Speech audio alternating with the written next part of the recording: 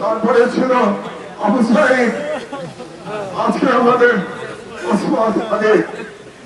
এই তিন তরুণ ভারতীয় সাম্রাজ্যবাদের বিরুদ্ধে আর হাসিনার ফ্যাসিবাদের বিরুদ্ধে আমাদের তিন আইকন, যারা ইনশাআল্লাহ শতাব্দীর পর শতাব্দী এই অঞ্চলের মানুষকে অনুপ্রাণিত করবে শাহাদাতের তামান্নায়, দেশ স্বাধীন রাখবার তামান্নায় তারা আইকনের ভূমিকায় থাকবে ইনশাআল্লাহ।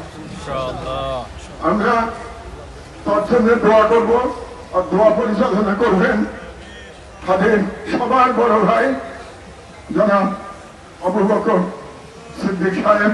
আমি তাকে অনুরোধ করছি, তার পুরো পরিবারের জন্য আমরা আছি, আমরা পুরো বাংলাদেশ তার জন্য কাঁদছি। আমি এটা দেখেছি আজকে সারা বাংলাদেশ হাদির জন্য।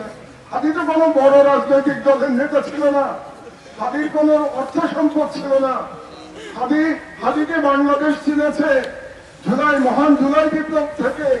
সেই হাদি আজকে বাংলাদেশের সব মায়ের সন্তান, সব বোনের ভাই, আমাদের সবার ভাই, আমাদের সবার সন্তান হাদি।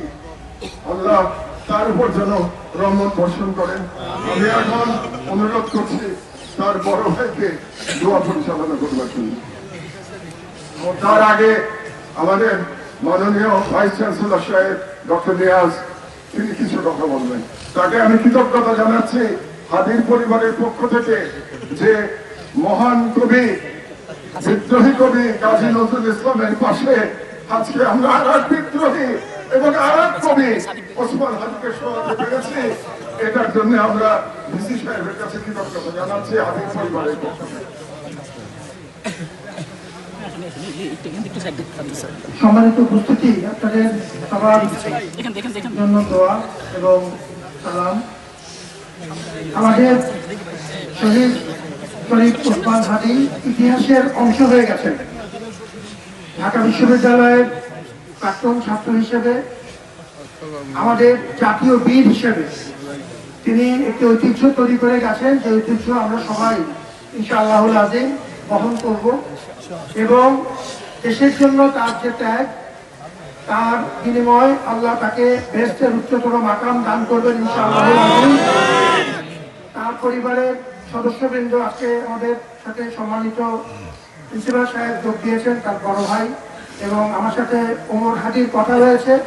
আমরা মনে করব যে তার পরিবারের সদস্য ঢাকা বিশ্ববিদ্যালয়ের সম্প্রসারিত পরিবারের অংশ, এবং আমরা আমাদের তরফ থেকে একটু খুব বিনীতভাবে আপনাদের সবার যেহেতু দোয়া আছে তার প্রতি জন্য জানাচ্ছি যে ঢাকা বিশ্ববিদ্যালয়ে এই মসজিদ সংলগ্ন যে আমাদের যে কবরস্থান, এটি আমরা ঢাকা বিশ্ববিদ্যালয়ের চূড়ান্ত সম্মাননা জানানোর একটি মাধ্যম হিসেবে এটি ব্যবহার করি। আমাদের অত্যন্ত প্রথিতযশা কিছু শিক্ষকের সমাধি এখানে আছেন, এবং আমাদের মহান স্বাধীনতা যুদ্ধে আত্মত্যাগকারী অনেক বীর আমাদের ঢাকা বিশ্ববিদ্যালয়ের পরিবারের সন্তান, তাদেরও কয়েকজনের এই জায়গায় কবরস্থ তাদেরকে করা হয়েছে।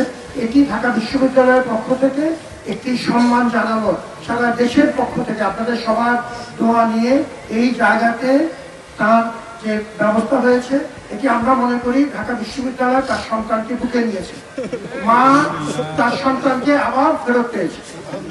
আমরা তার জন্য দোয়া রাখি, এবং এই প্রক্রিয়াতে ধৈর্য ধরে তার পরিবারের সদস্যবৃন্দ, আমার ডাকসুর ছেলেমেয়েরা এবং আমাদের সম্মানিত সম্পাদক যারা মাহমুদুর রহমান সহ যারা এই প্রক্রিয়াতে সহযোগিতা করেছেন। গতকালকে আমরা যেহেতু সমস্ত ডকুমেন্টেশনগুলো ঠিক রাখতে চেয়েছি, গতকালকে একটি ইমার্জেন্সি 10:30টায় আপনারা জানেন যে সিন্ডিকেট, আমাদের যে সর্বোচ্চ আমাদের নীতি নির্ধারণী পরিষদ, তার একটি বিশেষ মিটিং হয়েছিল, এবং সেই মিটিংয়েও সর্বসম্মতিক্রমে হাদির প্রতি সম্মান সালাম জানানো হয়েছে, এবং অত্যন্ত আবেগের সাথে সহমর্মিতার সাথে ঢাকা বিশ্ববিদ্যালয় তার জন্য তাদের সর্বোচ্চ সম্মানের অংশ হিসেবে এই কবরস্থানে কবরস্থ করার যে সিদ্ধান্ত পরিবারের সাথে মিলে নিয়েছে, তাতে পূর্ণ সমর্থন আমরা পেয়েছি।